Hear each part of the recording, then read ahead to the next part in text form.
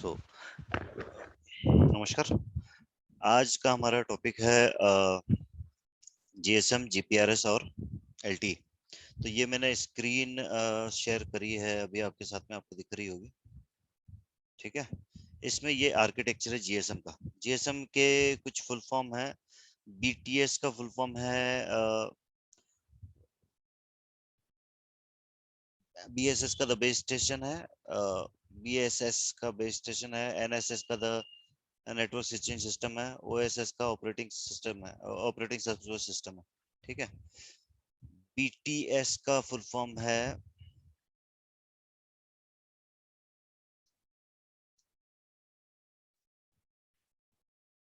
BTS का full form है, एक मिनट बता रहा हूँ मैं आपको। बीटीएस बीटीएस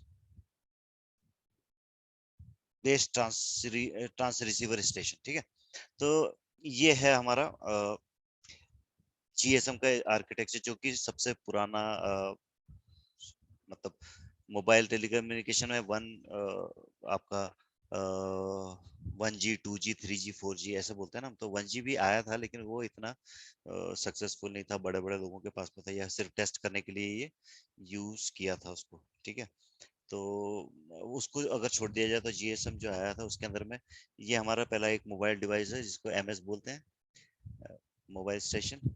इसके अंदर में एक सिम लगती है। तो ये सिम लगने के बाद में ये आपकी जो सिम है और आपका जो फ्रीक्वेंसी है उसके थ्रू ये बीटीएस के साथ कम्युनिकेट करता है। बीटीएस के साथ में कम्युनिकेट करने के बाद में इसका जो ट्रैफिक है वो बीएससी पे जाता है। बीएससी इस ट्रैफिक को आपके इंटरनेट ट्रैफिक में या वॉइस ट्रैफिक के अंदर में डिवाइड करता है। जब आपका ये आपका ट्रैफिक यदि इंटरनेट ट्रैफिक हो तो उसको वो एमएससी के थ्रू जीएमएससी के साथ की तरफ भिजवा देता है। ठीक है, यदि आपका ये वॉइस ट्रैफिक है तो वॉइस ट्रैफिक आपका एमएससी पर जाएगा और आपकी बात हो जाएगी। ठीक है, ये कुछ अदर डिवाइसेस भी हैं इसके अंदर में, ई आई आर, जो कि आपका क्या बोलना चाहिए, जो किसी के ऊपर हम नजर रखते हैं ना, जैसे अभी अभी एक नया आया था पिगासिस वाला। तो किसी का मेरे को अगर कॉल रिकॉर्ड करनी है या उसको ट्रेस पर लगाना है तो ये सब काम ये EIR के थ्रू होता है। AOC जो है वो ऑथेंटिकेशन का काम करता है। आपका सिम जब पहली बार कनेक्ट होता है तो ऑथोराइज्ड है कि नहीं है कॉल करने के लिए, तो उसके लिए काम में आता है।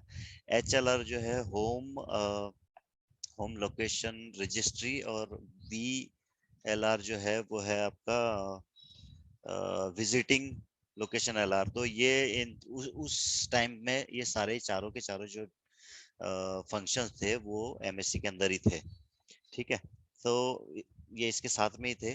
बाद में HLR, कुछ समय बाद में HLR के प्रोविजनिंग में, तो जैसे अब हम GPRS वगैरह पे जाएंगे, जब बाद में जाएंगे या 3G नेटवर्क की तरफ जब हम कुछ करेंगे, तब हमारे ये फंक्शन थोड़े बाहर अलग अलग डिवाइस के रूप में आएंगे। ठीक है, तो ये बहुत कॉम्प्लिकेटेड था एक्चुअली देखने में। ये यहाँ पर काफी छोटा, लेकिन बीटीएस काफी बड़े हुआ करते थे, बीएससी सेंटर बहुत बड़े बड़े हुआ करते थे, फिर एमएससी डिवाइसेस बहुत बड़े बड़े होते थे, इनके बीच में कई सारे नेटवर्क इंफॉर्मेशन और नेटवर्क डिवाइसेस इंप्लीमेंटेड थे। ठीक है, तो जीएसएम की अगर आप डेफिनेशन सुनो तो यह है, GSM is essentially a digital open cellular radio network and function in nearly every country. GSM is used not just for voice call but for data storage and message। तो GSM जो है वो सभी कंट्रियों में, तकरीबन तकरीबन सारी कंट्रियों के अंदर में इसका इस्तेमाल हुआ है। ठीक है, कैरेक्टरिस्टिक ऑफ जीएसएम के बारे में अगर बात करेंगे तो for signal transmission GSM is using the narrow band TDM. तो ये जो टेक्नोलॉजी थी वो टीडीएमए पे काम किया करती थी। ठीक है, GSM is a circuit switch program which work by splitting every 200 kilohertz channel into 825 kilohertz time slot। तो जीएसएम जो है ये सर्किट स्विच था।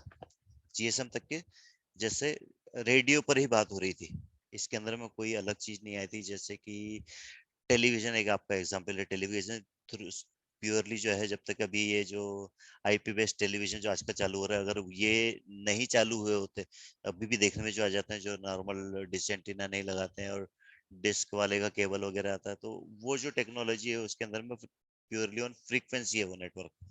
उसके अंदर में कोई सॉफ्टवेयर बेस्ड टेक्निकल क्या बोलना चाहिए एक्सपर्टाइज नहीं लगी हुई, जैसे फ्रीक्वेंसी में जो आ रहा है वो आपको टीवी दिखा देती। In most region of the world GSM operate on the mobile communication band of the frequency of 900 megahertz and 1800 megahertz. तो ये जो जीएसएम है वो 900 और 1800 मेगाहर्ट्ज की फ्रीक्वेंसी पे काम करता है। Composition of GSM network, the GSM network has four distinct sections that work together to achieve the overall performance. तो उसके अंदर में चार डिफरेंट फंक्शंस है। एक है एनएसएस नेटवर्क स्विचिंग सिस्टम, तो इसमें क्या है, चार प्रकार के फंक्शंस है आपके, बीएसएस और ओएसएस। तो एक हो गया नेटवर्क आपका, एक हो गया आपका बेस स्टेशन रेडियो नेटवर्क, और ओएसएस हो गया जो मॉनिटरिंग करने के लिए जो भी इक्विपमेंट आपका यूज करता है। थ्री फ्रीक्वेंसी दी थ्री फ्रीक्वेंसी जो जो तीन फ्रीक्वेंसी मेजरली इंप्लीमेंट करी थी जीएसएम को है 900 मेगाहर्ट्ज, 1800 मेगाहर्ट्ज और 1900 megahertz used majorly in US.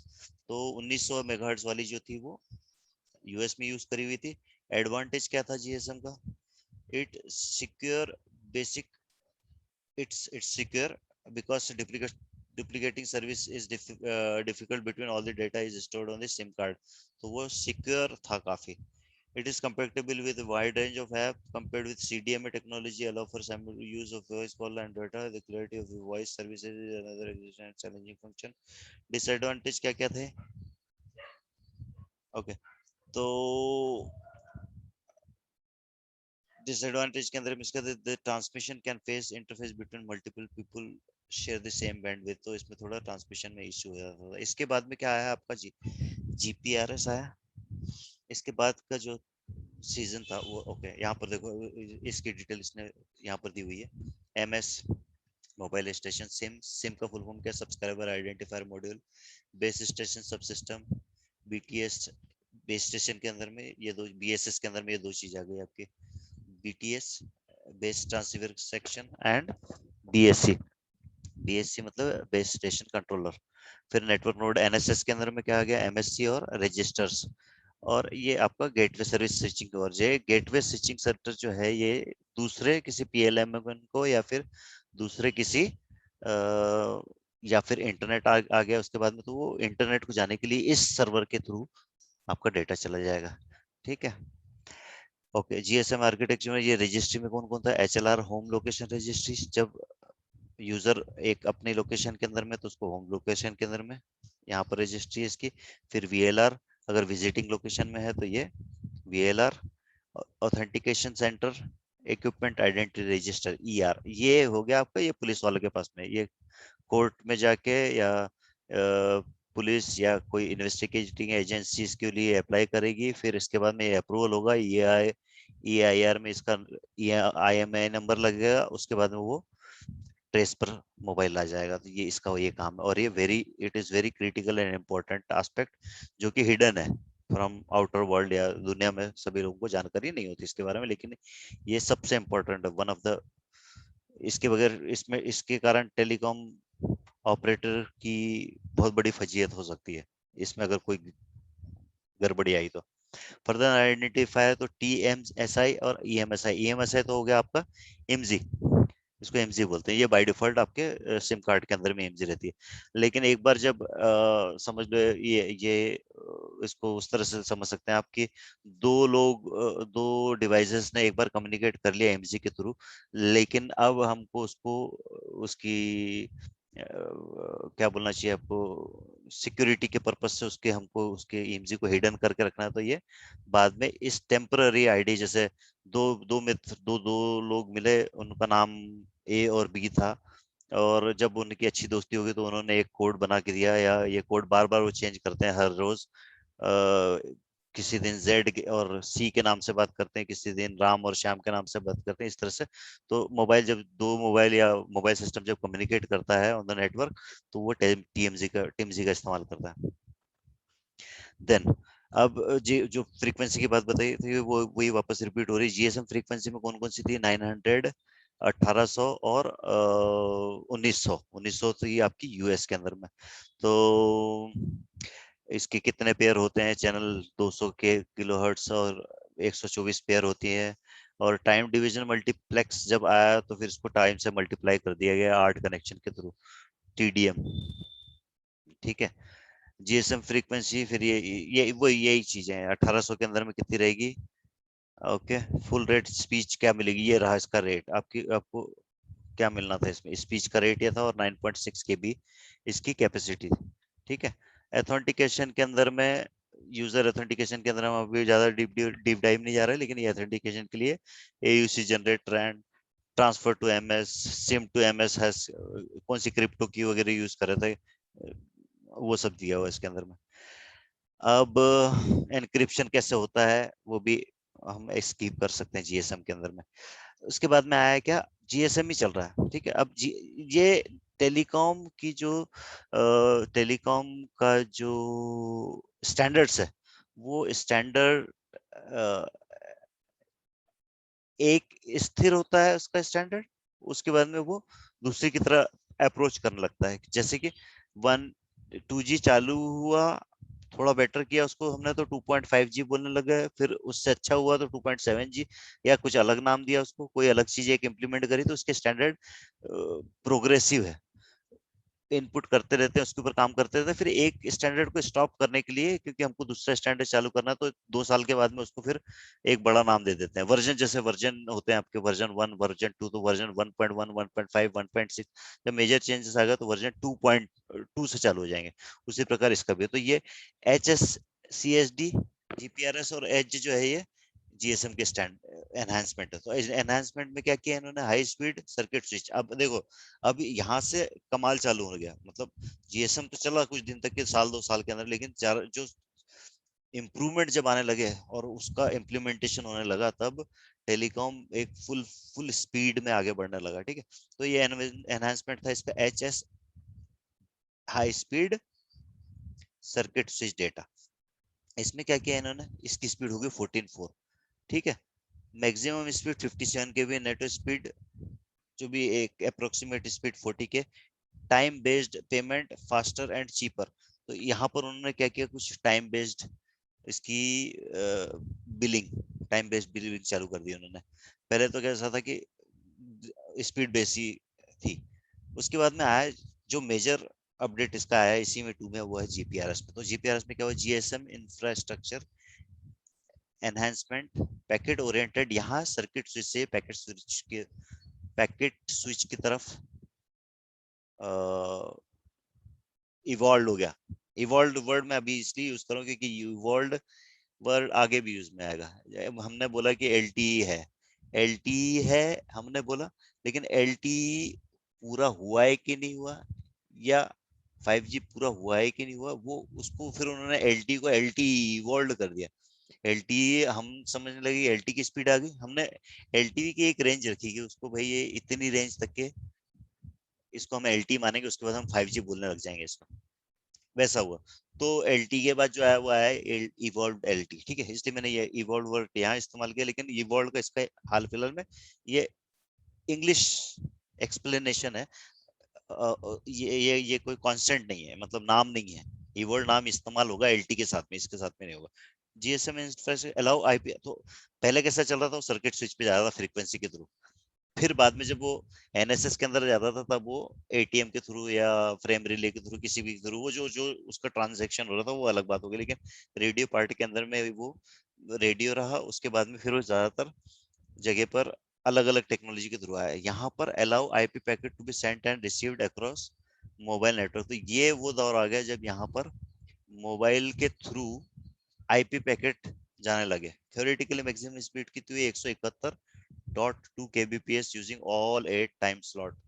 ठीक है। Information is split into separate but related packets. GPRS radio are used only when users are actually sending or receiving data, more efficient for network operator. Sometimes slot on the some frequency are reserved for packet traffic. Time slot are dynamically managed by the base station. Time slot are divided into several logical channels used for different purposes. तो time slot को different logical channel में भी divide कर दिया इन्होंने। GPRS के अंदर में क्वालिटी ऑफ सर्विस चालू की, इसके पहले GSM में नहीं थी। GPRS network has to check availability of the service. Asymmetric channel possible or not for HSC. Coding scheme skip.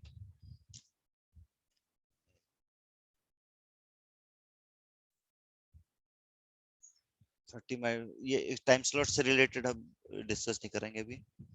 As आ गया इसके बाद में, फिर एज में क्या होगा, enhance data rate for global evolution evolution. ठीक है, enhance data rate for global evolution. GSM GPRS network enhancement, data rate यहाँ पर कितना हो गया, 384 केबीपीएस हो गया, लेस एफिशिएंट देन डब्ल्यूसीडीएमए ऑफ। अच्छा, इसके पैरेलल में दूसरी चीज भी चल रही थी, ये हमारा जेसीएम जीएसएम चल रहा था, इसके पैरेलल में क्या है, सीडीएमए और डी और 2000 करके कुछ था, यू 2000 या ऐसा कुछ 2000 आएगा सामने, बाद में आएगा वो चीज। लेकिन वो तीन अलग अलग स्टैंडर्ड चल रहे थे उस टाइम पे। ठीक है, अभी हम जीएसएम की बात कर रहे हैं, मच चीपर देन यूएमटीएस। तो ये less efficient than WCDM of UMTS, तो यूएमटीएस वाले स्टैंडर्ड से तो एफिशिएंट कम था ये। ठीक है, GSM GPRS network enhancement data rate, ये data rate comparable to less effective than WCDM. वापस पेज ये रहा है आईएमटी 2000, तो तीसरा स्टैंडर्ड जो है वो है आईएमटी 2000। ये कोई कई जॉब जापान वाले चला रहे थे, कोरिया वाले अलग चला रहे थे, और यूएस वाले अलग चला रहे थे, और चाइना वाला अलग चला रहा था। तो फिर चाइना वाला जो था वो बीच इस दौर के आसपास में एक अच्छा परफॉर्मेंस देने लग गया था वो। लेकिन फिर बाद में क्या हुआ कि इन्होंने सब ने एकजुट होकर मिलके सोचा कि अब हम एक ही स्टैंडर्ड पर काम करते हैं। फिर फाइनली वो 3GPP स्टैंडर्ड कहलाने लगा, 3GPP2 और 3GPP स्टैंडर्ड। तो अभी तक ये जीपीआरएस वाले को स्टैंडर्डाइज करने वाले अलग लोग थे, IEEE वाले थे। उसके बाद में 3GPP को इन्होंने सबने मिलके एक्सेप्ट कर लिया। फिर 3G चलने लगे, और 3G के बाद 4G भी उसके ही, और 5G भी इनफैक्ट जो है उसके ही अंडर में आता है। 3GPP,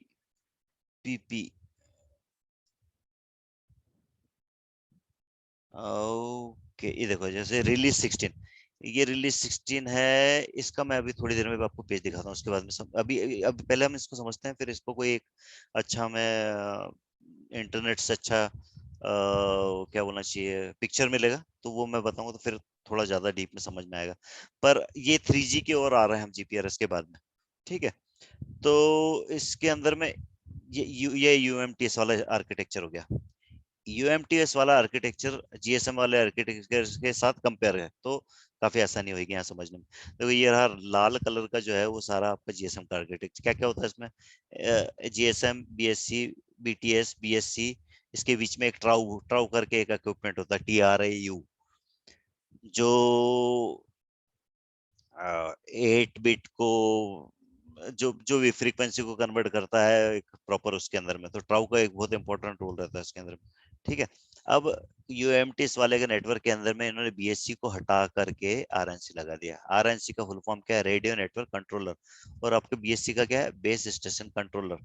तो यहाँ से रेडियो नेटवर्क बिल्कुल चेंज हो गया, यहाँ पर इन्होंने आरएनसी लगाई, और फिर आएगा आपका जीपीआरएस, सॉरी, जीजीएसएन और एसजीएसएन।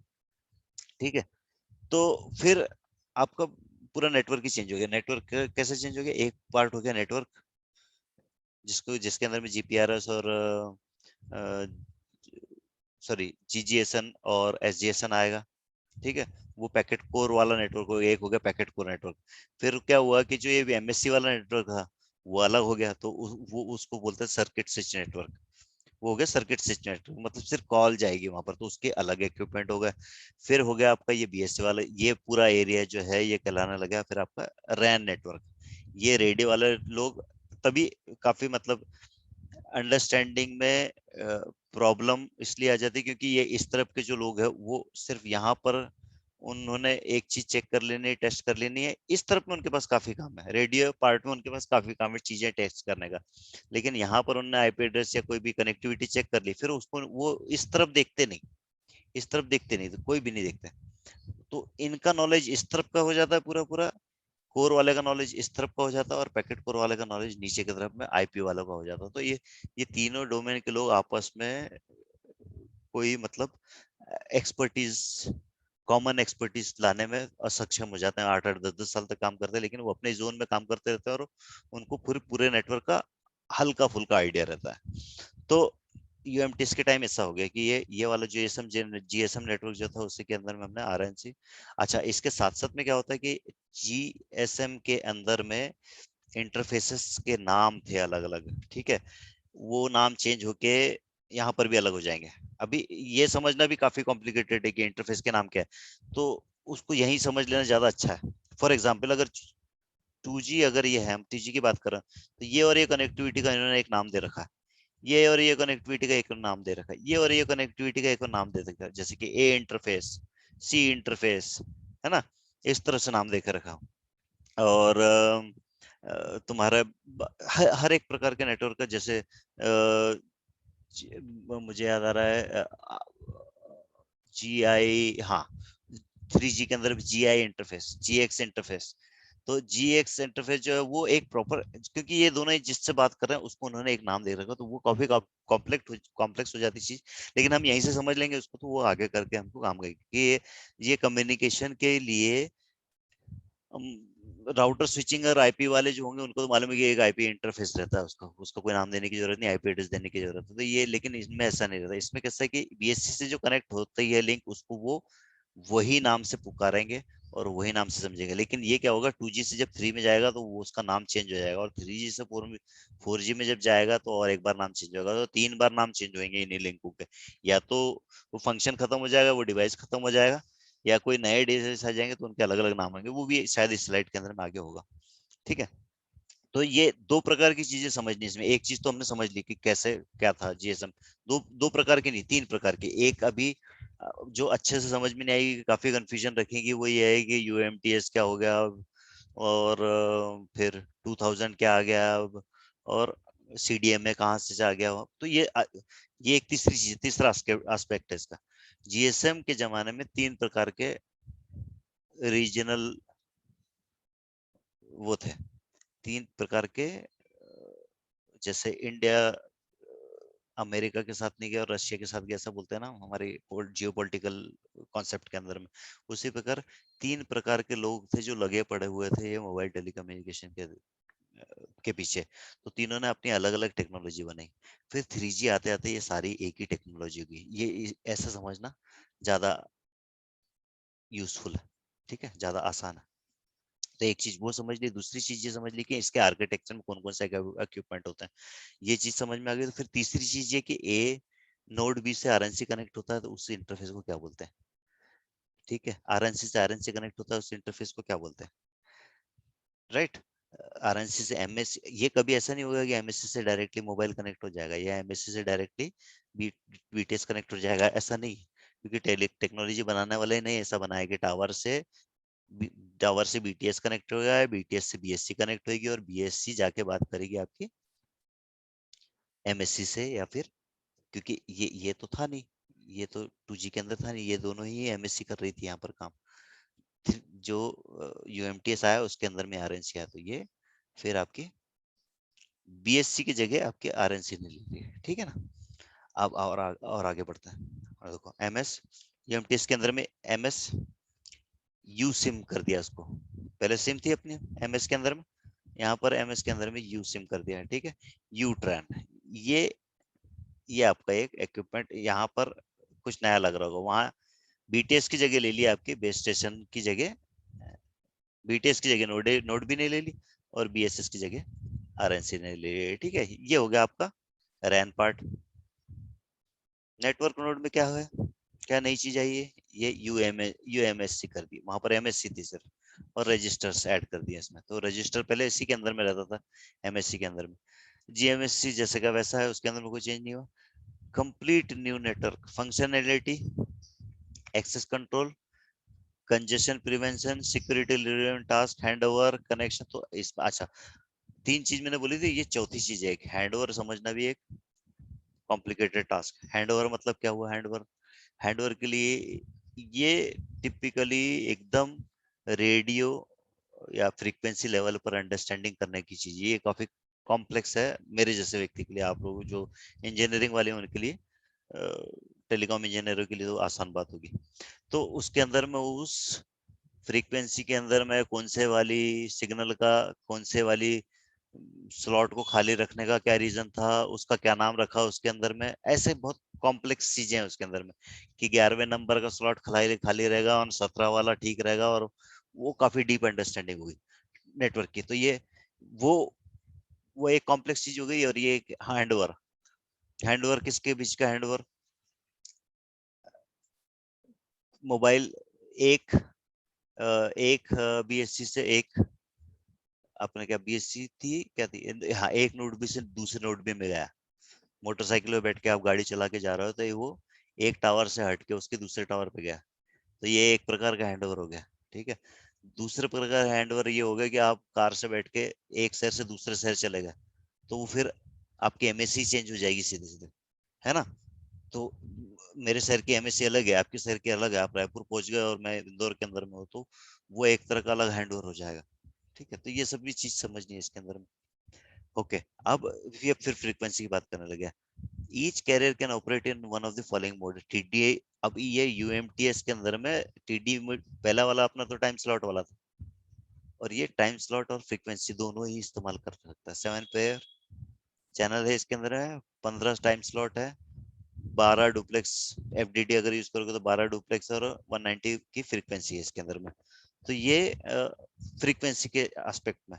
अब अब देखो चीजें और धीरे धीरे कॉम्प्लेक्स हो रही। पहले के थे एकदम रॉ थी भाई, फ्रीक्वेंसी के ऊपर में डाल दिया, ट्राउ ने उसको जो कंप्रेस करना था, डीकंप्रेस करना था, कंप्रेस कर दिया और नेटवर्क पोर्शन को दे दिया।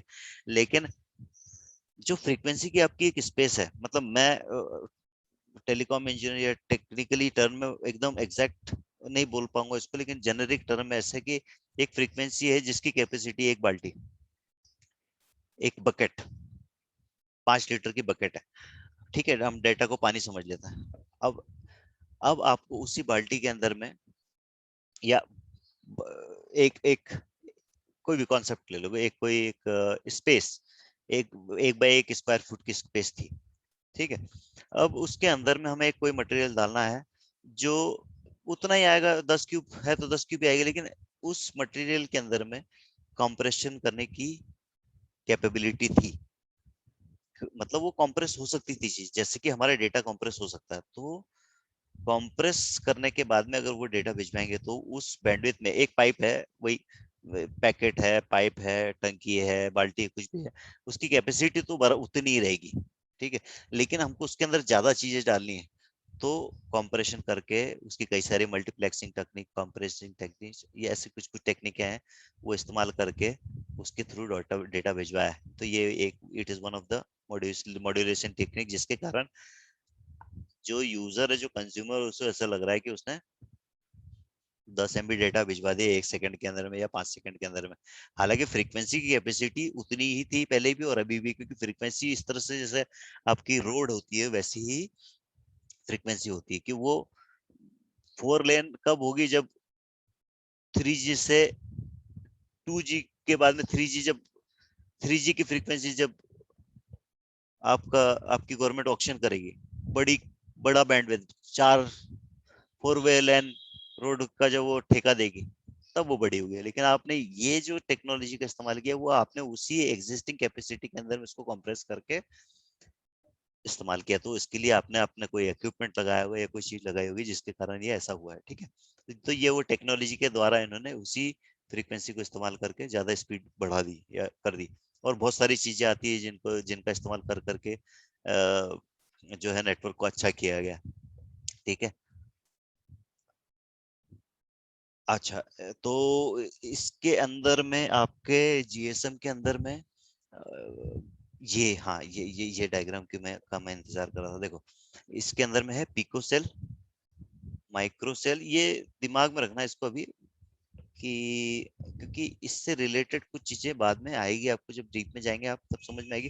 क्योंकि एलए और दूसरा नाम तो मुझे याद नहीं आ रहा है, लोकेशन अपडेट, और एक कोई सा अपडेट है, तो वो समझने के लिए ये चीजें काम होगी। तो हायरार्की कैसी बनी है इसकी, देखो, यूएमटीएस के अंदर satellite, micro cell, micro micro cell and pico cell, तो इस तरह की एक हायरार्की इन्होंने बनाई। अब सैटेलाइट सेल कैसा था, ये बहुत बड़े रीजन को कवर करता है। ठीक है। माइक्रो सेल क्या है, वो उससे कम रीजन को मैक्रो सेल कम रीजन को, माइक्रो सेल उससे भी कम रीजन को, और पिको सेल उससे भी कम रीजन को। तो इस तरह से आपके नेटवर्क को डिफाइन किया हुआ है उन्होंने। ठीक है, यूएमटीएस फ्रीक्वेंसी कौन सी थी? 19 200, 1920 और 1920 और 19 से लेके 19800 तक के। अच्छा, इसके अंदर अपलिंक और डाउनलिंक की फ्रीक्वेंसी इनको चेंज वो करनी पड़ी। दो फ्रीक्वेंसी ये तब से चल रहा है और आगे भी चलता रहेगा। अपलिंक और डाउनलिंक की फ्रीक्वेंसी जो है सेम नहीं होती है कभी भी। ठीक है, तो अपलिंक की इन्होंने रखी है, अपलिंक डाउनलिंक फ्रीक्वेंसी में 1920 से लेके 1980 तक के, और डाउनलिंक की इतनी। ठीक है, क्वालिटी ऑफ सर्विस इसमें भी इंक्लूडेड था। और 14 kbps satellite and rural outdoor, ये देखो ये स्पीड उसने सैटेलाइट के हिसाब से बता दी है। 384 किलोबिट पर सेकंड की आउटडोर में, और इंडोर के अंदर में मतलब 2 Mbps तक की स्पीड मिल गई यूएमटीएस के अंदर में।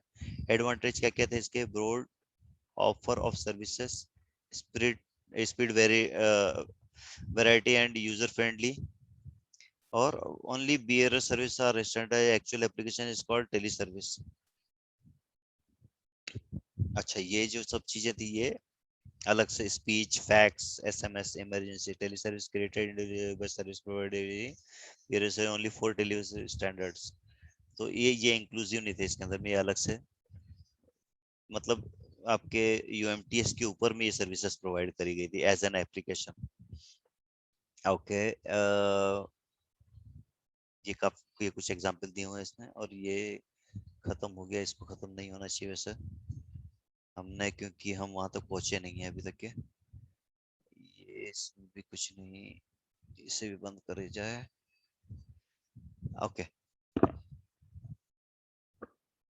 ऑलराइट। सो आपने वो देखा? अच्छा, वो नहीं अभी भी, ठीक है, अभी ये हम बाद में देखते हैं। इसके पहले कुछ और देखना होगा, क्योंकि हमको जो देखना था वो हमारे उस डॉक्यूमेंट के अंदर में नहीं था। ओके, ये रहा, ये एक इससे भी काफी सारी चीज समझ में आ जाएगी आपके। ये समरी स्लाइड है एक किताब के अंदर की, बहुत अच्छी किताब है। तो the 2G and 3G mobile network mainly differentiated by the type of access network deployed. Access network मतलब, access मतलब जो यूजर की तरफ का नेटवर्क है, एक्सेस हो गया। अरे एक होता है core network, access network front end, जो कि आपका एमबीबी है, जो हम पढ़ रहे हैं इसको बोलते हैं MBB, mobile broadband network. Mobile network जो है इसके अंदर में ये यूजर की तरफ में रहता है बीएसएस और UTRAN. UTRAN UMTS transport network entity of 3G। तो ये यूट्रान जो पार्ट है ये रैन पार्ट है आपके 3G नेटवर्क का। 4G नेटवर्क के अंदर में यूट्रॉन के बदले वो इवोल्ड यूट्रॉन हो गया, ई यूट्रॉन कहने लगे उसको। ये क्यों कहने लगे? क्योंकि वहां पर यहाँ पर नोड भी यूज कर रहे थे हम, तो यहाँ नोड भी यूज कर रहे थे, लेकिन यहाँ पर इसी नोड भी को थोड़ा अपग्रेड करके जो नोड भी लाई उसका नाम था ई नोड भी।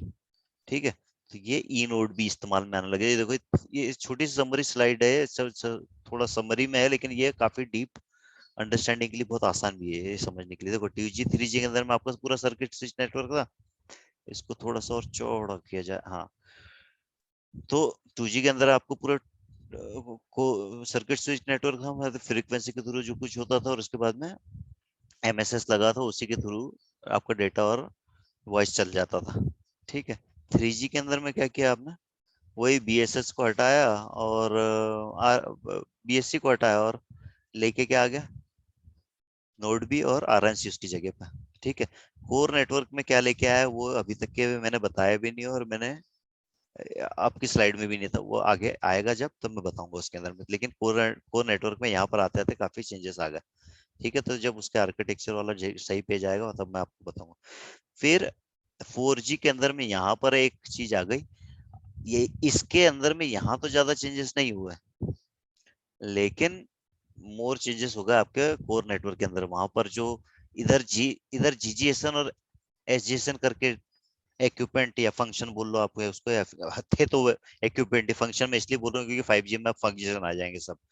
तो पहले जो इक्विपमेंट था वो इक्विपमेंट यहाँ 2 इक्विपमेंट बढ़ाया उन्होंने, फिर वही इक्विपमेंटों के नाम वाम चेंज होके और थोड़ा उसमें कंट्रोल प्लेन और सिग्नलिंग प्लेन, कंट्रोल प्लेन और डेटा प्लेन के अलग अलग फंक्शन थोड़े डिफरेंशिएट करके 3 फंक्शन बना दिए, तीन तीन डिवाइस बना दिए यहाँ के 2 डिवाइसेस को। यहाँ से जो 2 डिवाइस निकल रहे थे उसको और थोड़ा सा इवॉल्व करके 3 डिवाइस बन गए वो इधर में, इसलिए उसका नाम भी अलग हो गया वहां पर। ठीक है, तो वो 4G वाला पूरा नेटवर्क हो गया। अब ये देखो यहाँ क्या बोल रहा है, EPC network it function is PS mode and solely provided data transmission. अच्छा देखो कैसी क्या बोलते हैं विपरीत स्थिति आ गई। पहले सब चीज सर्किट स्विच से चालू हुई थी, फिर वो चलते चलते इधर तक आई, मतलब उसमें से हम एक्सट्रैक्शन करके निकाल रहे थे डेटा वाली चीज, लेकिन 4G के आने के बाद में क्या हुआ, सब चीज डेटा वाली हो गई।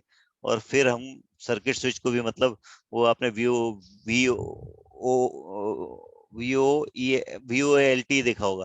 तो फिर क्या होगा कि सब चीज डेटा के माध्यम से आने लगी, मतलब एंड डिवाइस से ही डेटा निकलना है। डेटा किसको बोलते हैं, पैकेट कोर को बोलते हैं, पैकेट को बोलते हैं, जो आईपी से रिलेटेड रहता है। पैकेट, सिग्नल नहीं, पैकेट उसका दूसरा भाई। तो वो पैकेट, मोबाइल से पैकेट निकल के आने लगे और end to end packet network हो गया देखा जाए तो एमएससी के पास ये जो यहाँ से जो ट्रैफिक जाते थे एमएससी के पास में, तो आरएनसी वगैरह या दूसरे जो डिवाइस थे वो एमएससी जो ट्रैफिक भिजवाता था उसको सिग्नल ट्रैफिक टाइप का भिजवाता था, है ना, और डेटा नेटवर्क में भिजवाता था तो पैकेट भिजवाता था। यहाँ उल्टा ही हो गया, यहाँ सब चीज पैकेट में आने लग गई और एमएससी की तरफ अगर कुछ भिजवाना तो उसको फिर सिग्नल में कन्वर्ट करने के लिए बोल दिया उसने बाद में कि तुम भी कर लेना, इसको देख लेना अपने हिसाब से। ठीक है, अब डिवाइस के नाम इसके अंदर में देखो, network, GSM, GPRS, as. 2G के अंदर में 3 चीज हुई है, पहले भी हमने देखा है ना। तो सीएन नेटवर्क में एनएसएस, जीएसएस, बीएस, जीएसएस, और एक्सेस नेटवर्क के अंदर में ये कोर नेटवर्क का पार्ट था। ठीक है, ये बीएसएस, फिर इसमें बीएसएस इवॉल्व इवॉल्व उसी को इवॉल्व करते रहे, बीएसएस उनकी इवॉल्व होती है। 3G नेटवर्क के अंदर में ये रहा कोर नेटवर्क और ये रहा आपका एक्सेस नेटवर्क। एक्सेस नेटवर्क तो एक ही तरफ कर दिया उन्होंने, इसका बहुत अच्छा, अभी मैं थोड़ी देर में कहीं मेरे को मिल जाएगा, मैं दिखाऊंगा इस या इसी इसी बुक में होगा, ये आगे होगा वो डायग्राम, वो बहुत क्लियर समझा देगा। तो कोर नेटवर्क के अंदर में 3G के अंदर में जीएसएस और जी एनएसएस और जीएसएस, और ये एक्सेस नेटवर्क के अंदर यूट्रान, UTRAN बोलते हैं, यूट्रान। तो ये क्या हो गया आपका, ये रैन नेटवर्क हो गया। ये 3G के अंदर साफ साफ ऐसा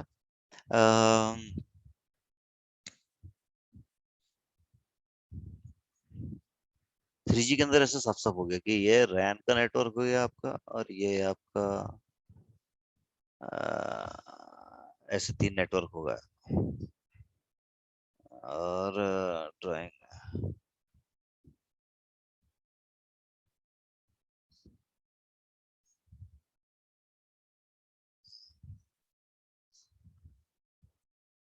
ये हो गया आपका रैन नेटवर्क, इधर हो गया आपका कोर नेटवर्क, CSB बोलते हैं उसको, और इधर हो गया आपका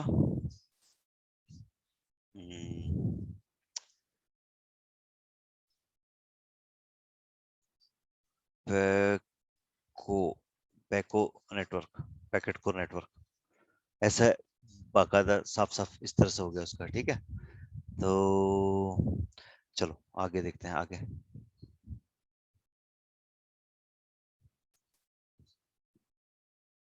ठीक है, तो ये 4G के अंदर में क्या हुआ, फिर 4G के अंदर कोर नेटवर्क में ईपीसी आ गया। हाँ, इसके अंदर में फिर देखो 4G में फिर और नाम चेंज हो गया, कोर नेटवर्क में बचा गया, इसको पूरा नाम दे दिया उसने, इवॉल्ड इवॉल्ड पैकेट कोर।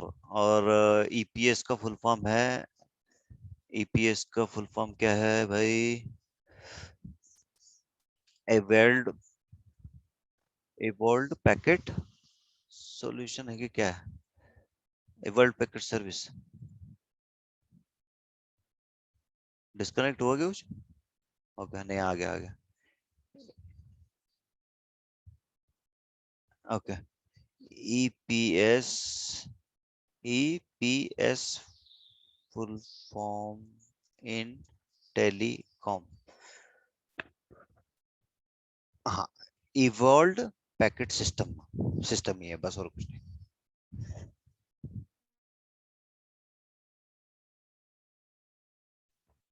ठीक है, तो ये ये आपका हुआ। ये देखो अब डायग्राम है इसके अंदर में सारे ना। हम्म, ये रहा आपका आर्किटेक्चर, नेटवर्क आर्किटेक्चर और डायग्राम। तो जीएसएम में ये एमएस हो गया, बीएससी बीएसएस हो गया, एनएसएस हो गया, और पीएसटीएन या फिर पीएलएम हो गया। जीपीआरएस के अंदर में क्या लगा दिया इन्होंने, जी जीएसएस। जीएसएस का फुल फॉर्म भी देखना पड़ेगा जीएसएम के अंदर। जीएसएस इन जीएसएम, बड़ा फुल फॉर्म है, ढेर सारे। जीएसएस, अरे नाम मिला, जीएसएस स्टैंड फॉर या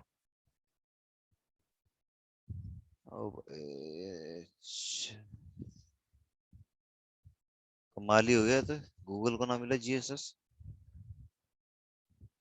गूगल तो है ही नहीं वैसे भी। है जीएसएस, चलो ठीक है, नहीं मिल रहा था मेरा, कोई ना, बाद में देखेंगे फिर। जीएसएस नहीं है भाई, नहीं। ठीक है, तो ये इस तरह से हुआ। पीएडएन, network SS, GSS.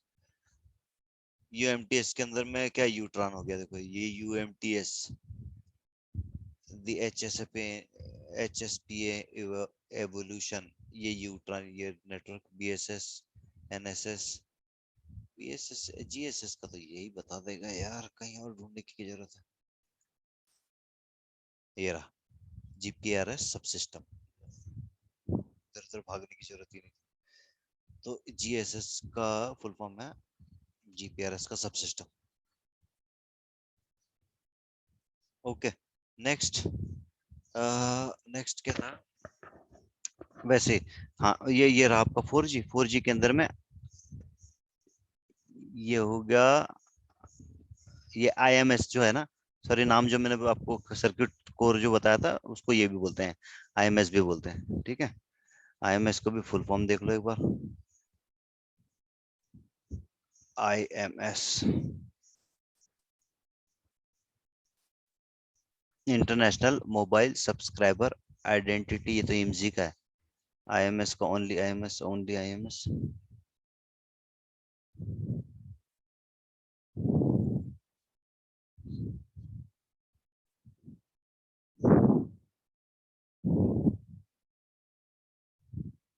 IP multimedia system, ये है इसका full form, IP multimedia system, IMS का फुल फॉर्म, ठीक है। ठीक है जी, तो नेक्स्ट नेक्स्ट करते हैं। इससे इससे भी बेहतर जो अभी ये जीएसएम ही चालू हो रहा है, इसके अंदर में वही जितनी हमने स्लाइड में समझी थी वही सब चीजें हैं ये, लेकिन ये काफी मोर टेक्निकल डिटेल में। देखो ये ट्राउ जो होता है, ट्राउ का डेफिनेशन, ट्राउ का इंपॉर्टेंस है, इसलिए ट्राउ, ट्राउ दिखता नहीं, छोटा सा डिवाइस होता है ये भी अंदर ही। ट्राउ, उसका काम कहीं है ना, शॉर्ट में लिखा होगा, वो बता देता हूँ आपको। ट्राउ, the trau is a device that deal with speech transcoding. It is generally placed within proximity of the MSC, तो MSC के आस पड़ोस में रखते हैं इसको, ठीक है। और ये it deal with speech transcoding, although functionality is function, although functionally it is part of BSS, हालांकि function wise ये part किसका है, BSS का है। It is used to convert the G711 format at 64 kbps into format used in the radio network. तो full rate जो है उसका 16 kbps, हाफ रेट का है कितना, 12 kbps, enhance full rate sorry 12 kbps, और हाफ रेट 5 kbps। तो ट्राउ करता क्या है, ये छोटा सा है डेफिनेशन लेकिन अच्छा है। ट्राउ कंडक्ट द रेट कन्वर्जन 1400 से less than 1400 400 kbps of data service to adapt it to a circuit at 64 kbps switched by the NSS। तो क्या 64 kbps वाले को है ये 1400 से अंदर, जो 1400 kbps के अंदर एकोमोडेट करवाता है, ठीक है। मतलब ज्यादा डेटा को ये कंप्रेस करके कम डेटा करता है, इसलिए इसको एमएससी के करीब रखते हैं, हालांकि ये पार्ट है बीएससी का। तो वैसे डेटा सेंटर के अंदर में एमएससी और बीएससी दोनों आस पड़ोस में रहती थी कई जगह पर। तो कोशिश ये की जाती है इसको कि इसको एमएससी के करीब रखा जाए ट्राउ को। तो बीएससी अगर दूर है, तो बीएससी अगर पटियाला में है और एमएससी चंडीगढ़ में है, तो एमएससी के करीब रखा जाता था इसको। तो उससे क्या होता था कि जो उसकी केबल से आपका रेडियो नेटवर्क की तरफ में जो जाने वाला है, जो आपका केबल है या नेटवर्क नेटवर्क है, उसके लिए भी वो हल्का ही पड़ता था। 64 kbps, अगर 64 kbps भिजवाएं तो वो भारी पड़ेगा। उसको अगर 40 kbps 14 kbps करे तो वो आपके ट्रैफिक के ऊपर भी हल्का पड़ेगा। ठीक है, तो ये बात थी, इसलिए इसको, ये बहुत इंपॉर्टेंट चीज थी, इसलिए इंपॉर्टेंट चीज थी। ठीक है, ओके। हमें जल्दी से अब, क्योंकि अब हमको जल्दी से 3G समझना है, फिर 4G के ऊपर जाना है। ठीक है, टू 2G का ज्यादा डीप में अभी जाने का कोई हमारा उद्देश्य नहीं है, और शायद उसका कोई इतना बेनिफिट भी नहीं है। हालांकि उसके अंदर में काफी सारी चीजें, अगर आपको बहुत बढ़िया एक्सपर्ट बनना है तो 2G से ही समझ के आगे बढ़ना पड़ेगा। ठीक है, ये देखो, LAI, mobile location, VLR। Okay, next जो टॉपिक है वो मैं ढूंढ रहा हूँ अभी, ये जो चीजें हैं, प्रोटोकॉल। ओके, इसमें क्या काम की चीज आती है, मैं वो वहां से फिर वापस चालू करता हूँ। डिसकंटिन्यूस, डिसकंटिन्यूस, यार ये तो थोड़ी कोई डीप किताब निकल गई है। ओके, ओके, तो पहले 3G देखते हैं हम, फिर उसके बाद में आपके 3G देखने पर, ये देखो, ये SDDCH जो है ना, ये आपके प्रोटोकॉल के अंदर में क्या हो रहा है वो बताने के लिए। इसके लिए तो एक अलग ही पूरा सेशन 5-10 घंटे का करना पड़ेगा, क्योंकि ये चीज भी काम की है जब आपको कोई ट्रबल शूटिंग करनी हो, कॉल मैनेजमेंट और जो भी इन सब की चीजें जो है ना, वो तो वो वहाँ काम आती है, जब आप ट्रेस लेते हो और फिर ट्रेस को फिर समझने की कोशिश करते हो। फिर उसको, वो ट्रेस जो रहता है उसके अंदर में ऐसे ही अंग्रेजी में लिखा रहता है थोड़ा थोड़ा कि यहाँ से ये हुआ है, और इसका फिर हमें रिस्पॉन्स जो है वो रिस्पॉन्स समझना होता है कि कौन सा रिस्पॉन्स आना चाहिए था, कि सामने वाले ने ये भेजा तो उसका दूसरा कौन सा आएगा, वो समझने के लिए। ये क्या, the architecture of the network, BTS, ट्राउ, BSC चल रहा है बहुत देर से। CG, okay, okay, okay, okay, हम आ गए क्या? हाँ, आ गए, आ गए, आ गए, आ गए, आ गए हम। ऐसे कैसे आ गए?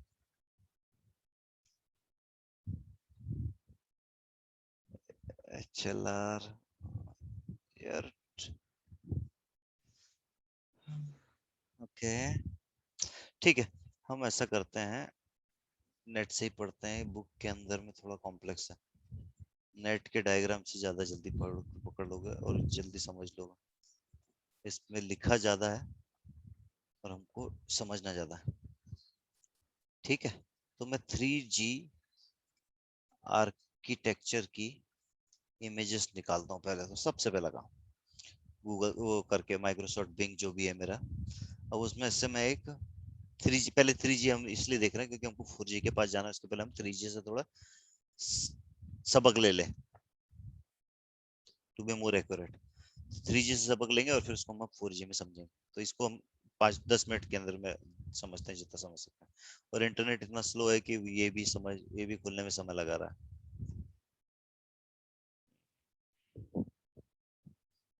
राम ही मालिक है भैया। ओके, ओके, खुल जाओ।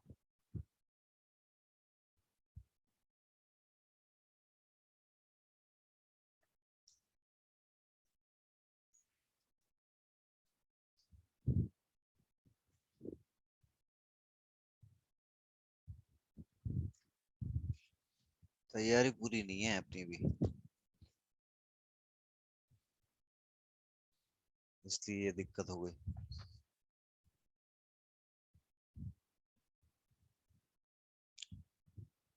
ओके, कुछ दिख रहा है क्या इसमें? ओके। ओके, ये भी काम का नहीं है हमारे।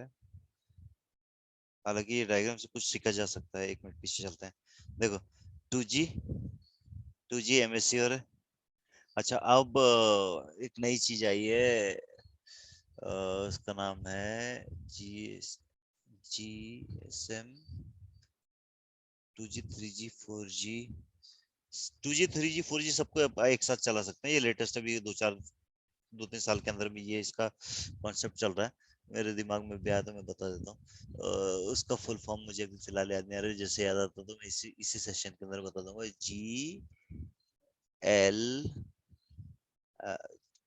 GSM, क्या होगा? GSM GPRS LTE, GL कुछ करके है। तो वो भी बताता हूँ। देखो, ये जैसे इसने जो एग्जांपल दिया ना, ये उसी का एग्जांपल है। ये सारी चीज एक ही नेटवर्क पे चला रहा है। 2G MSC SGSN, देखो ये डायग्राम से काफी कुछ क्लैरिटी और बढ़ती है। 3G यूट्रान हो गया आपका। इसके अंदर में क्या होगा कि आपका 3G यूट्रान यूट्रान के अंदर में नोड भी है, और नोड भी कनेक्ट करेगा आपके RNC से। RNC जो है वो कनेक्ट करेगा आपके SGSN से, SGN और MSC से। और ये 4G के अंदर में नोड भी है, नोड भी सीधे MME और ये रहे आपके वो दो इक्विपमेंट। MME एक का नाम है, और एक का नाम है SMLC। ठीक है। MME के साथ में और भी एक दो इक्विपमेंट रहते हैं, उसका नाम भी अभी अभी दूसरी स्लाइड में किसी में मिलेगा तो वो बता देता हूँ। MME SGSN MME, अरे यार कमाल है। चलो नेक्स्ट। ओके, ये रहे इंटरफेस। देखो, ये है आपका 3G का इंटरफेस। ठीक है, इससे इस स्लाइड से आपको इंटरफेस पता चल जाएगा। यूई जो बात करता है नोड बी के साथ में, तो उसको बोलते हैं, उस इंटरफेस को बोलते हैं यू इंटरफेस। ये कभी चेंज नहीं हो सकता 3G के अंदर में। इन संसार में किसी भी कंट्री में जाके काम कर लो आप। ठीक है। नोड बी से जो कनेक्ट होता है, आपका नोड बी से क्या कनेक्ट होता था? RNC। तो RNC जो कनेक्ट करता है उसको बोलते हैं, उस इंटरफेस को IUB इंटरफेस। ठीक है। ऐसे 2G की भी कोई स्लाइड आएगी तो उसमें बता दूंगा। ये ज्यादा आसान काम है, बुकों को ढूंढ ढूंढ के उसमें पढ़ने से अच्छा।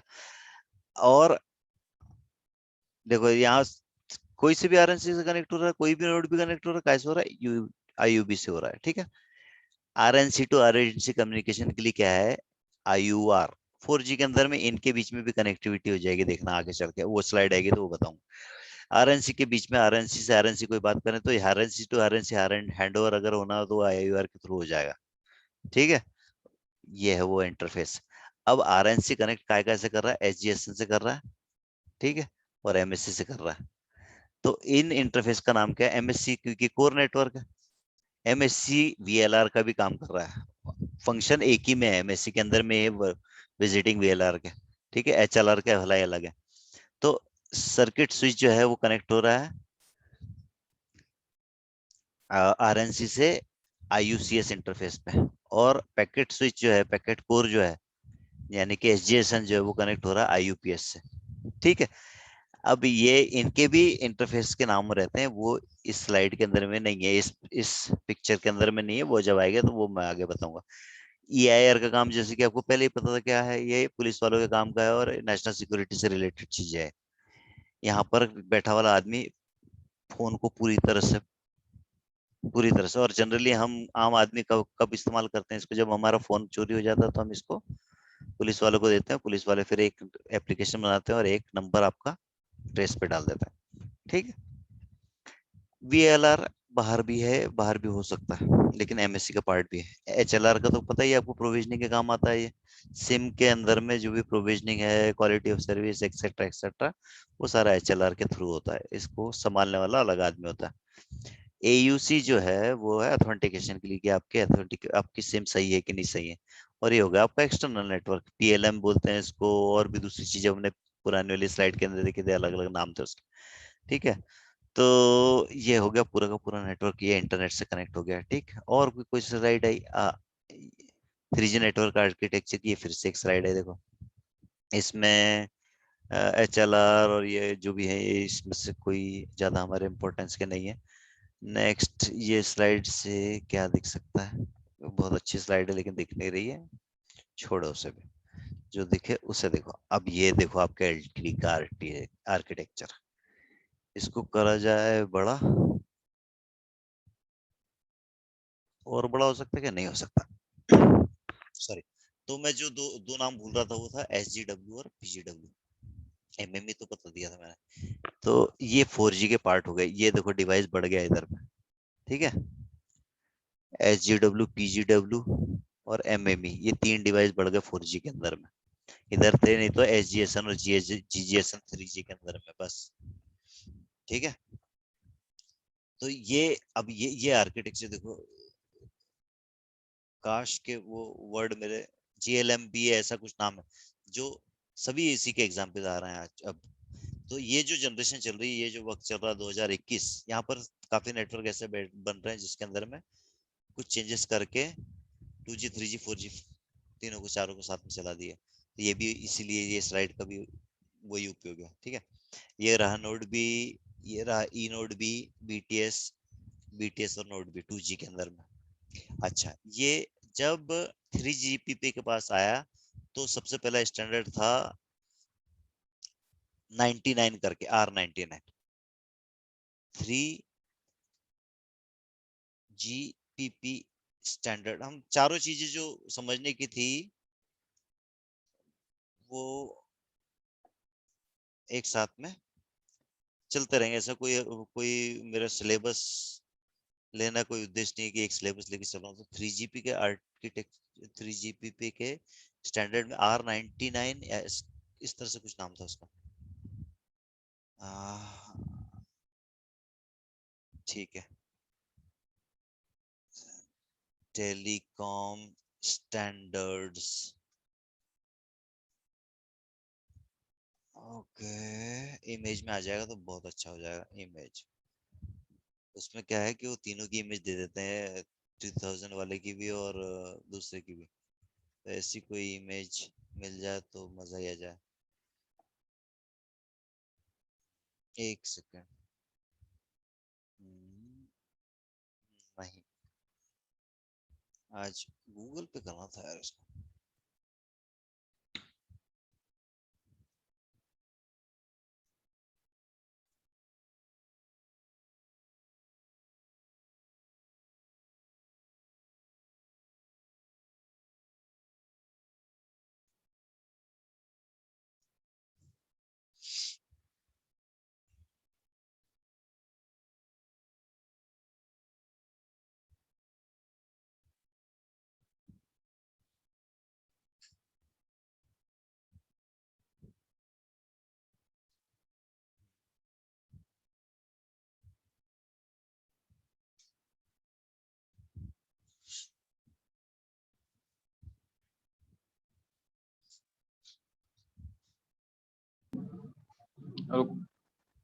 ये स्क्रीन दिख रही है वो?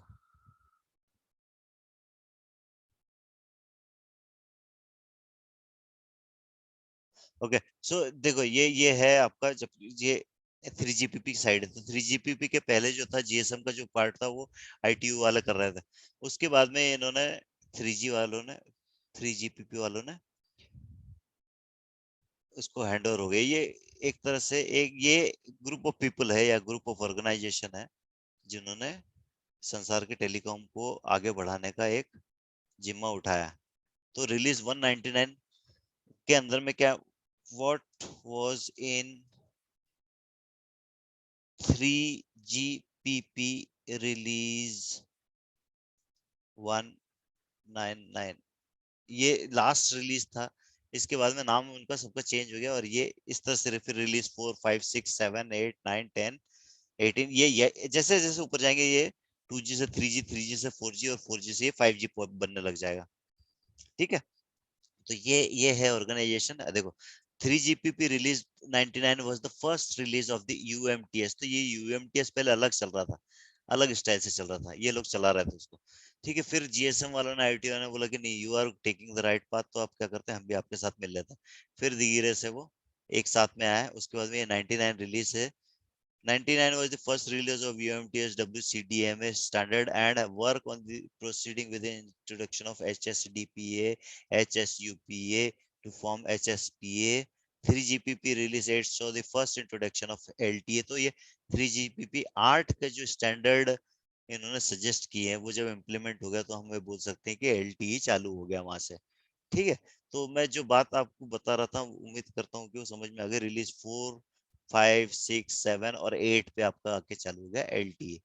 ठीक है, तो मैं LTE के बारे में अब आपको यहाँ से बताता हूँ। तो अब LTE चालू हो गया रिलीज 8 से, तो वहां पर जो हमारे इंटरफेसेस के नाम थे वो सब वो सारे चेंज होकर ये हो गए। तो अब ये कैसे हो गया, ये रहा आपका LTE का। LTE MME से कनेक्ट होगा तो उसका नाम क्या है, S1 MME। ई नोड भी SGW से कनेक्ट हुआ तो इसका नाम हो गया S1U। वैसे ही MME आपके MSC से कनेक्ट होता है SGS इंटरफेस से। HSS जो था HLR का सब्सिट्यूट आ गया यहाँ पर, वो कनेक्ट हो रहा है S6A से। ठीक है, MME SGW से कनेक्ट होगी आपकी S11 से, ये इंटरफेस का नाम है। SGW कनेक्ट होगा PGW से S5 इंटरफेस पे। ठीक है, और SGI इंटरफेस जो है वो इंटरनेट का इंटरफेस हो गया, वो इंटरनेट की तरफ जाने के लिए। इसके पहले वाले वर्जन में वो था GI इंटरफेस। ठीक है, ये रहा आपको उसका एग्जांपल। ये देखो, ये जो नेटवर्क है ये आपका यहाँ से इस तरफ वाला जो है GN जिसमें लगा हुआ, ये 3G वाला नेटवर्क। ठीक है, अब 2G ये अभी ऐसे नेटवर्क अवेलेबल है जिसमें ये चारों चीज एक ही जगह चल रही है। तो ये कैसे कनेक्ट हो रहा है, BTS भी है उसके नेटवर्क में, BSC भी है, यहाँ से SGSN की कम्युनिकेट करता है वो GB के ऊपर में, GB लिंक के ऊपर में, और IU लिंक के अंदर में। ठीक है, IU लिंक जो है आपका वो आपका आ गया SGSN और RNC के बीच में। ठीक है, GB लिंक जो है यहाँ पर BSC और SGSN के लिए भी काम में आ गई। ठीक है, तो ये IU इंटरफेस हो गया। ओके, नेक्स्ट क्या है, नेक्स्ट नेक्स्ट वो बड़ा किया था, इसको क्लोज कर देते हैं, और कोई कोई काम की चीज अगर मिलती है हमको तो हम आगे देखते हैं। ये वाला नेटवर्क क्या बता रहा है, ये रहा है BTS से BSC को कनेक्ट करता है ABS नेटवर्क पे। ठीक है, ये वाला IUH नेटवर्क पे ई नोड भी कनेक्ट करता है SN इंटरफेस पे, अभी हमने इंटरफेस देखा था। ये भी वही चीज समझा रही है। अब ये जो ICSF और PSCF और SCS, ये जो है ये जो पार्ट है, ये 5G का नेटवर्क हो गया, ये फंक्शंस में हो गए।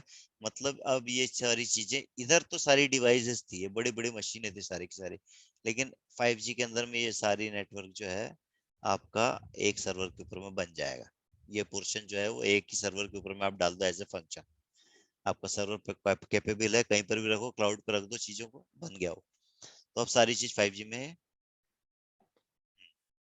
और कुछ इसके अंदर में क्या है, LT के अंदर फिर से एक और बात देखते हैं। LT में MS को UE कहते हैं, पहली चीज तो ये हो गया यू, ये चेंजेस है। अब यहाँ से कनेक्ट करने के लिए इसका जो इंटरफेस था वो हो गया UU इंटरफेस। ठीक है, और फिर बाकी तो सारा अभी अपन ने थोड़ी देर पहले देखा। ई नोड भी कनेक्टेड होगी आपके MME से S1 MMEP के, और सर्विंग गेटवे पे कनेक्टेड होगी S1U पे। यू मतलब यूजर इंटरफेस, इसके ऊपर में ट्रैफिक जाएगा। ठीक है, और S5 और एसेट PDN कनेक्ट करेगा S5 और एसेट नेटवर्क पे, और यहाँ से ये है, ये आपका इंटरनेट गेटवे है PDN। ये 3G में इसको GGSN बोलते थे, और यहाँ से जो इंटरनेट की तरफ जाती थी उसको लिंक को बोलते थे GI लिंक, इसके अंदर बोलते हैं SGI लिंक। पीसीआरएफ ये नया एक फंक्शन आया 3G के बाद, पीसीआरएफ पॉलिसी एंड कंट्रोल फंक्शन। तो पीसीआरएफ को फुल फॉर्म थोड़ा बहुत 19-20 कर दिया मैंने, पॉलिसी कंट्रोल राउटिंग फंक्शन, ऐसा कुछ नाम है इसका। तो ये क्या करता है, पॉलिसी बनाता है। जैसे हमको एक यूजर को वॉइस कॉलिंग के लिए उसने ज्यादा अच्छा प्लान किया हुआ है, तो हमें उससे कैपेसिटी ज्यादा बढ़ानी है, तो वो हम क्या करते हैं, यहाँ पर पॉलिसी बना देते हैं। यहाँ पॉलिसी बना के वो ये पीडीएन के ऊपर में इम्प्लीमेंट कर देता है, ये पीडीएन गेटवे के ऊपर में या जीजीएसएन के भी ऊपर भी इम्प्लीमेंट कर सकता था। तो ये एक नई चीज आ गई, ठीक है। तो ये 4G के अंदर में, जो 3G के अंदर में उसमें थोड़ा बहुत ही चेंज हुआ है, सिर्फ कोर नेटवर्क के अंदर में कुछ चेंजेस आ गए हैं, और ये इंटरफेसेस के नाम पूरे के पूरे चेंज हुए हैं, ठीक है। वो याद करने के हैं, और ये याद करने के बाद में ही समझ में आता है। एमएस मोबाइल सिस्टम हो गया, यूएम इंटरफेस हो गया इनके बीच में, बीटीएस और इसके बीच में। ये आपका 2G नेटवर्क वाला नोमेनक्लेचर आ गया, यूएम। तो यही है, और तो कुछ नहीं है इसके अंदर। 2G 3G नेटवर्क आर्किटेक्चर, फिर देखो ये फिर से किसी और भाई ने बनाई हुई है। ऐसे इसकी जो इसके अंदर में, अच्छा इसके अंदर में फिर काम कौन क्या क्या करता है, एसजीएसएन का क्या काम रहता है, जीजीएसएन का क्या काम रहता है, ये आपका, ये देखो ये रहा, ये एक बहुत सुंदर नेटवर्क है, जीरैन और यूट्रैन, एमएसएस, ठीक है, आरएनसीबीएससी, एसजीएसएन, जीजीएसएन, एमजीडब्ल्यू, मीडिया गेटवे। ये हो गया 5G नेटवर्क। ये आ गया आईसीएसएफ, एससीएसएफ, पीसीएसएफ, एमएससीएफ, आईएमएस, एएस, एचएसएस, एचएलआर। ये दोनों एक ही चीज है, लेकिन ये 3G का है, ये 4G का है। एमएमई आपका एलटी के अंदर में भी है, एस गेटवे, पी गेटवे, पीसीआरएफ और ई नोड भी, ये 4G का हो गया। इंटरफेस फिर से देखना है तो एक और बार ये देख लो, ये L T, S2E, trusted non 3GPP IP. तो ये नॉन 3G IPP डिवाइस से बात करेगा तो S2A इंटरफेस पे बात करेगा। UE, यूजर इक्विपमेंट, ये नाम हो गया है इसका। यूजर इक्विपमेंट भी एक नाम हो गया मोबाइल का, ठीक है। नेक्स्ट क्या है, बस और तो कुछ नहीं है इसके अंदर में। डिवाइस कौन कौन से क्या काम करते हैं वो देखा जा सकता है, एक चीज वो मैं बताता हूँ कहीं पर हो तो। तो जीजीएसएन का जो काम है वो इंटरनेट, ओके, उसका भी आराम से easily, easy explanation. SGSN function, ठीक है, सिंपल। ये हमने किया है गूगल, इंटरनेट स्लो होने की वजह से थोड़ा देर से आएगा, लेकिन आएगा। सर्विंग जीपीआरएस क्या है, serving GPRS support node function. The SGSN or service GPRS node element of the GPRS network provides a number of take focus on IP element of the overall system. It provides a variety of services to the mobile packet service. लेकिन variety of तो provide करती है, लेकिन क्या provide करती है, सवाल जहाँ का वहाँ रहेगा, ठीक है। इसको खोलते हैं, ये कुछ बता पाएंगे हमको। इसी प्रकार MME फंक्शन, ये खुलता है तब तक हमें देख लेता, ओके। लो, क्या है भाई, ये किसी अच्छे आदमी का ट्यूटोरियल पॉइंट का है, और मैं इसमें से थोड़ा सा आपको बता देता हूँ हल्का फुल्का। The SGSN or serving GPRS support node element of GPRS network provide a number of takes function on the IP element of the overall system. It provide a variety of service of the mobile. क्या services है mobile की, क्या करती है, packet routing and transfer, mobility management, authentication, attach detach, ठीक है, logical link management, और charging data को भी संभाल के रखती है। तो ये इसका काम हो गया। अब जीजीएसएन का क्या है, जीजीएसएन बेसिकली इंटरनेट को कनेक्ट करता है, बस ये क्लियर एंड कट है, सबसे आसान, ये एक राउटर है बस।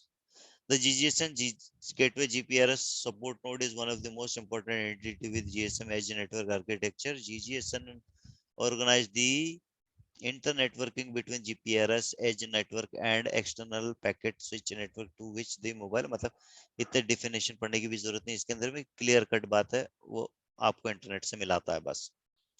लोकेशन इंफॉर्मेशन के लिए ये कुछ कुछ चीजें, पीएलएम का क्या, पीएलएम का डेफिनेशन क्या दी, area covered by one network operator is called. तो आइडिया का नेटवर्क है तो उसको हम एक पीएलएम बोलते हैं। वोडाफोन के पीएलएम को अलग पीएम बोलेंगे। लोकेशन अपडेट, लोकेशन एरिया, हाँ ये एलए ये काम की चीज है। Group of cells form a location area, this is the area that is paged when a subscriber get an incoming call. Each location area is assigned a location LAI, अलग से दिया जाता है हर एरिया को। Each location is serviced by one or more BSc, एक LA के अंदर में एक से ज्यादा बीएससी रह सकती है। सेल किसको कहते हैं? Cell is the basic service area and one BTS cover one cell. एक सेल में एक बीटीएस होता है, तो एक बीएससी के अंदर में कई सारे बीटीएस हो सकते हैं। इस सेल इज गिवन है, इसमें भी एक आइडेंटिफायर है, सीजीआई आइडेंटिफायर। तो ये सब आइडेंटिफायर को इस्तेमाल करके आपको अपना फोन कॉल पहुंचता है, ठीक है। बीएससी के बारे में इसी प्रकार आपको अगर उसकी बात करनी है, ई गेटवे अपना सर्च किया था ना, एमएमई, एमएमई का फंक्शन बताया किसी ने? ये खुला है, ओके। तो अब वो जो एसजीएसएन जो काम करता था उसी के फंक्शन को अलग अलग पार्ट में बांटा इन्होंने, एमएमई के, ओके, और एस गेटवे के, ये दो दो दो चीज में बांट दिया उसने। एस गेटवे क्या करता है, ये बहुत बड़े डेफिनेशन आई है इसकी। द फंक्शन ऑफ एलएलडी, ये देखो, function of main LT packet core element, MME, SGW and PGW. Short and sweet हमको नेट पे मिल गया, कोई हमें लोड लेने की जरूरत नहीं पड़ी। तो एमएमई का फंक्शन पढ़ते हैं सबसे पहले, पूरा ही एलटी समझ में आ जाएगा एक मिनट के अंदर। MME is the key control node of LT access network. तो बोले की कंट्रोल नोड है, ये सब चीज को कंट्रोल करता है एलटी के अंदर। It is responsible for tracking and paging procedure including retransmission and also for idle mode of user equipment. तो एसजीएसएन के अंदर में भी ये काम होता था, लेकिन एसजीएसएन के हमने एक काम एमएमई के अंदर डालना है कि मोबाइल कहाँ पर है उसको ट्रैक करो, उसको पेजिंग करो, उसको बार बार पिंग करो, कोई चीज अगर आइडल में बैठा हो तो भी ध्यान दो, ये काम दे दिया हमें एमएमई को। MME is also involved in bearer activation and deactivation. तो इसका इसको एक काम ये भी एसजीएसएन करता था, लेकिन हमने इस बार एमएमई को दे रखा 4G के अंदर में। क्या करेगा ये? एक्टिवेशन और डीएक्टिवेशन करेगा आपके बीआरआर। बीआरआर किसको बोलते हैं? कनेक्टिविटी को बोलते हैं, मोबाइल हैंडसेट से कनेक्टिविटी टुवर्ड द नेटवर्क या फिर इंटरनेट की तरफ। ये एक पाथ बन जाता है, एक रास्ता बन जाता है उस यूजर के लिए, तो वो मेंटेन करने का काम इसका है, ठीक है। To its task also belong choosing the SGW for a UE in the process of initial attach and when the inter handover take place, which involved core network node relocation। अब ये बहुत काम की बात बोल रहा है। इसका एक और काम क्या है? पहले क्या होता था कि जीजीएसएन सिर्फ रहता था एसजीएसएन के लिए, तो एसजीएसएन क्या है, उसी जीजीएसएन भिजवाता था। लेकिन अब क्या हो गया कि हमने हमारे एसजीएसएन को दो भाग में बांट दिया, एमएमई को में बांट दिया और एसजीएसएन में बांट दिया, एसजीडब्ल्यू में बांट दिया। तो इसका एक और काम ये है कि वो चूज करे कि किस एसजीडब्ल्यू के ऊपर में यूई अटैच होगा, ठीक है। और यदि हैंडओवर हो रहा हो तो उस टाइम पे भी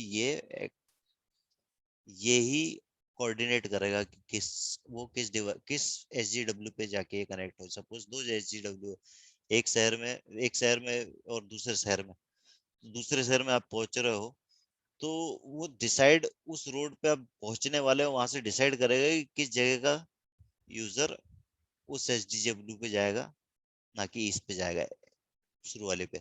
MME is responsible for authentication user toward the HSS. तो एचएलआर की तरफ में ऑथेंटिकेशन के लिए भी ये रिस्पांसिबल हो गया। If user is roaming MME terminate एस6 इंटरफेस टुवर्ड्स द यूजर, ये होम, क्योंकि ये एचएसएस या एचएलआर जिसको बोलते थे हम 3G के अंदर में, रोमिंग कस्टमर है तो उसको उसकी जो एस6 एक कनेक्टिविटी जो थी वो डिस्कनेक्ट करने का काम भी ये करेगा। All non-access stratum NAS, non-access stratum signaling terminate at the MAA point, which is also responsible for generation and allocation of temporary UA identification। तो जब हमने TMG देखी थी, TMG सुनी थी या EMG सुनी पड़ी थी 3G के अंदर में, तो उसी का ये है गुटी। गुटी क्या है?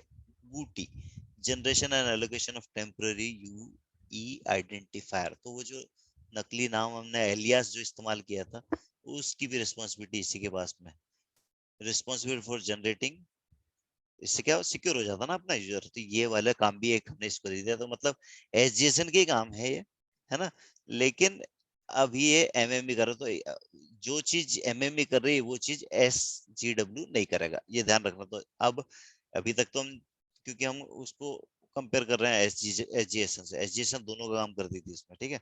इसमें दो दो लोग होएंगे एक ही काम करने को, तो ये जो काम करेगा वो एमएमई जो काम करेगा वो एसजीडब्ल्यू को करने की जरूरत है। तो अभी हम एमएमई और क्या करता है देखते हैं। MME its duty is also authorize UE to public and land mobile PLM and enforce UE roaming restriction if there are any. MME is also termination point for ciphering and integrity protection of NAS signaling, lawful interception। LI जो है ये lawful interception कहते हैं इसको, वही जो हमने उसमें देखी थी EIR, ये भी एक इंटरफेस होता है, LI इंटरफेस, ठीक है। Of signal could be supported by the MP. It also provided control and plane function for mobility between the TE, LTE and 2G, 3G network by the S3 interface for adjacent to ME। तो 2G, 3G को भी चला सकता है ये। It also provides control plane function for mobility between LTE and 2G, 3G network by S3 interface का इस्तेमाल करके ये कर सकता है, ठीक है। अब बचता है हमारा जो चीज एसजीएसएन का बचा कुचा पार्ट, जो एमएमई नहीं करता वो एसजीडब्ल्यू करता है। एसजीडब्ल्यू क्या करता है? SGW is the gateway which terminate the interface toward the UTRAN. तो यहाँ पर यूट्रान से आने वाला जो सारा इंटरफेस है वो खत्म हो जाएगा, ठीक। For each U associated with the EPS at given point of time there is a single serving gateway। तो कोई भी चीज यहीं आके उस जो यूट्रा नेटवर्क है, तुम्हारा रेडियो नेटवर्क के जितने भी इंटरफेस वो यहाँ आके खत्म हो जाएंगे, और इसके बाद में जो भी होगा वो आपका कोर नेटवर्क का फंक्शन होगा इसके अंदर में। SW is responsible for handling with different with neighboring node Bs also for data transfer in term of all packet across user plane. To its duty belong to take care about the mobility interface to other networks such as 2G, 3G. SGW is monitoring and maintaining context information related during its state and generate paging request when arrived data of U is down linked down sometimes। Okay, तो ये जो है ये इसमें वो signalling perspective था देखा जाए तो। ये पूरा पढ़ने के बाद में जो समझ में आता है ये है कि जो ट्रैफिक रिलेटेड बातें थी यूजर की, वो सारी इस बॉक्स के साथ में होगी, और जो सारी सिग्नलिंग रिलेटेड बातें थी वो एमएमबी के साथ में होगी। तभी उसको मोबिलिटी मैनेजमेंट कहते हैं। और पीडीएन जो है वो आपका जीजीएसएन ही है, right. PGN is gateway which terminate the SGI interface. तो यहाँ से जब इसके ऊपर ट्रैफिक आ गया तो सीधे उसको और कोई रास्ता नहीं, एक ही जगह जाना है वहां से। हाँ, इसके साथ में आपका एचएसएस मेरे ख्याल से पीसीआरएफ का काम हो सकता है, काम होगा। पीसीआरएफ जो है वो इसके ऊपर में आपकी पॉलिसी डिफाइन कर सकता है। तो ये है आपका टोटल एलटी। एलटी कोई और चीजें ऐसी है कि ऐसा समझने में ऐसा हमें लगेगा, दूसरी काफी कॉम्प्लिकेटेड चीजें एलटी के अंदर आ गई है जो कि 3G 2G के अंदर में नहीं रही होगी। लेकिन 3G 2G के जो कॉम्प्लिकेशन थे, कॉम्प्लिकेटेड चीजें जो थी, वो चीजें इसमें आके खत्म भी हो गई है ना। तो टेक्नोलॉजी ऐसी होती है कि इसको सिंप्लीफाइड किया जाता है कुछ कुछ कुछ चीजों की तरफ, और कुछ नई चीजें उसमें अंदर इजाद जो होती है वो एक अलग तरह का कॉम्प्लिकेशन तैयार कर देती है, बना देती है। So hope this session was fruitful, आपको कुछ समझ में आया होगा, और उम्मीद करता हूँ कि ये इसके आगे भी और ऐसे सेशंस होते रहें। और आपको जो समझना वो आप कमेंट में कर सकते हैं, कमेंट दे सकते हैं। I will try to improve it, ठीक है जी। Thank you for joining. धन्यवाद आप सभी को ज्वाइन करने के लिए।